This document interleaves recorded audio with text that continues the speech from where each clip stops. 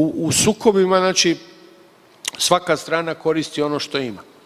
Recimo, ja ću se sad referirati na poznati slučaj bombardovanja RTS-a. Tragedija, ubistvo 16 mladih ljudi koji su radili na RTS-u.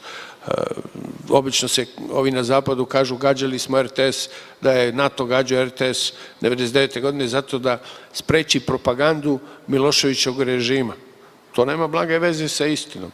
Nije njima bilo stalo, NATO nije bilo stalo da on, gađajući RTS, uguši RTS kao televiziju koja utiče na građane Srbije u ratu protiv NATO-a 1999. godine. Oni su gađali sobu, master sobu, odakle su novinari zapadnih televizija slali izveštaje iz Beograda za zapadne medije. Znači, NATO je bilo stalo da učutka bilo kakav disonantan glas i priču koja bi dovela u sumnju verodostojnost i opravdanje i razloge za napade na Jugoslaviju 1999. godine. I gađali su master, odakle su strani dopisnici iz Beograda u to vreme slali svoje izveštaje zapadnim centrima. Njima je bilo stalo da pogode upravo u tu sobu odakle se emitovalo. Nisu gađali druge delove televizije.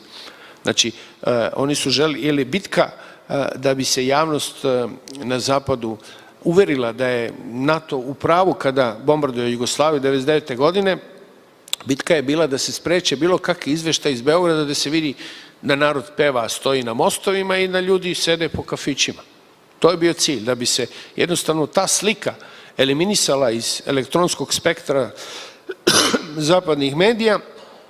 Oni su išli da gađaju tu sobu i zato su tragično nastradale naše kolege sa RTS, a ne zato da spreče RTS da emituje. Jer da su hteli da spreče televiziju da emituje u prilog Miloševića, mogli su da gađaju televiziju Politike, televiziju, ne znam, ovu televiziju, ne, oni su gađali samo odakle su zapadni novinari slali izveštaje, a pošto smo bili u ratu, onda je to bila jedina soba odakle su ovi mogli da šalju svoje priloge iz Beograda. I to je cela tajna tragedije poginulih kolega sa RTS.